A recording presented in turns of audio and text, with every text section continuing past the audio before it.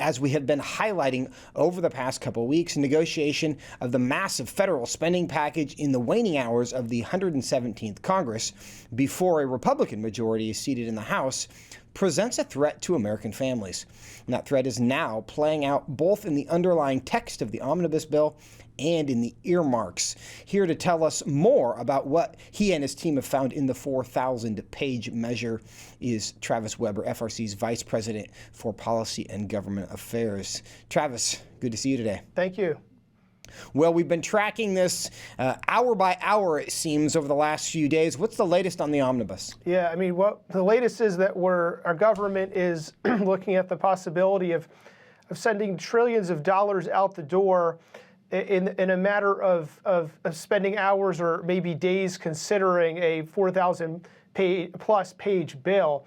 This is no way to govern. It's really quite ridiculous and tragic when you look at the way that we're recklessly spending money, recklessly approving whole new areas of law, new areas of authorization of funds, setting up new statutory frameworks with the Omnibus. Of concern to us, the amount of money that the Biden administration is going to send to fund the Department of Veterans Affairs, which we know it wants to use to get around federal law on performing abortions, and it wants to enable its abortion ideology and further that ideology through the Department of Veterans Affairs.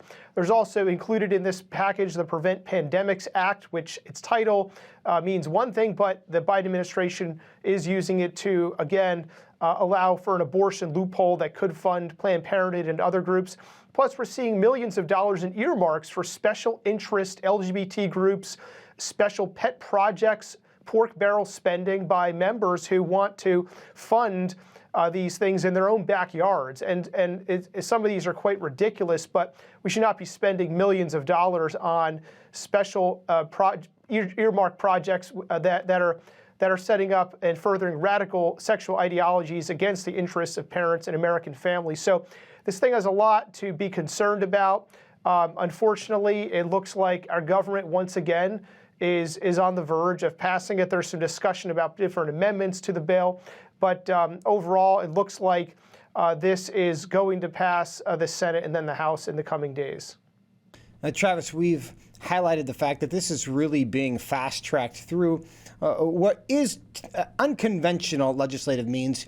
Something like this really should spend time in a committee, be debated there, then be sent to the floor, where we have the time to deliberate 4,000 pages, $1.7 billion.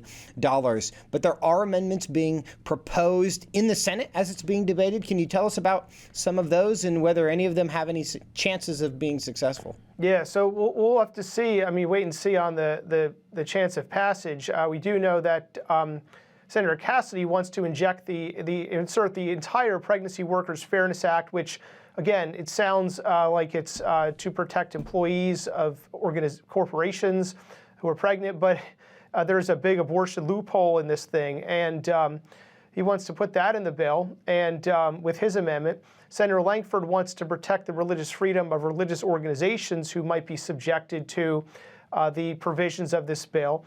We'll have to wait and see whether these amendments, one including the entire bill, the entire Pregnancy Workers Act, are successful. Others, by Senator Paul, Mike Lee, other senators with amendments dealing with immigration, Title 42, and a host of different concerns, federal funds to transport immigrants. But at the end of the day, the amendments, the successful adoption or rejection of these amendments should not distract us from the colossal mismanagement and reckless way this entire bill has been put together, out of sight for most members who are now then given a day to digest it, expected to swallow its provisions. This is really not the way to govern. It's a shame that our Congress is doing this right now. Now, Travis, one of the most outspoken opponents of this in the Senate has been Senator Rand Paul from Kentucky. And he talks about this as a matter of national security and in saying that this omnibus bill actually poses a threat to national security. I want to go ahead and play clip 4. And Travis, I want to discuss this with you. Republican leadership says this is a victory because we're getting more military spending. but it's a victory at what expense? Are we actually more secure? Are we more safe? Is our national security more protected by spending more on the military, or is our national security actually more threatened by incurring more debt? I would argue the latter.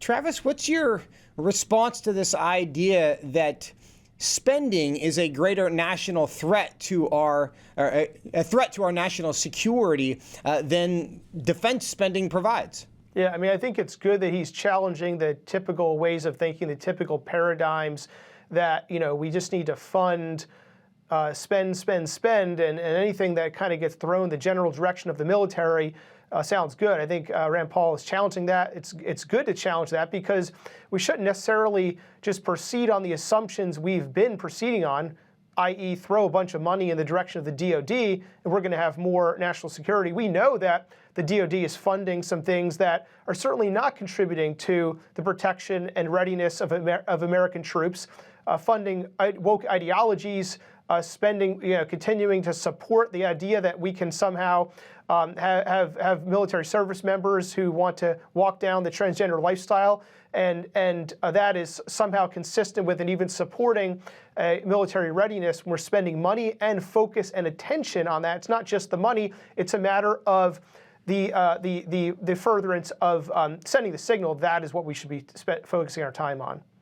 Travis Weber, thank you for monitoring this all week, and thanks for your time today. Thank you.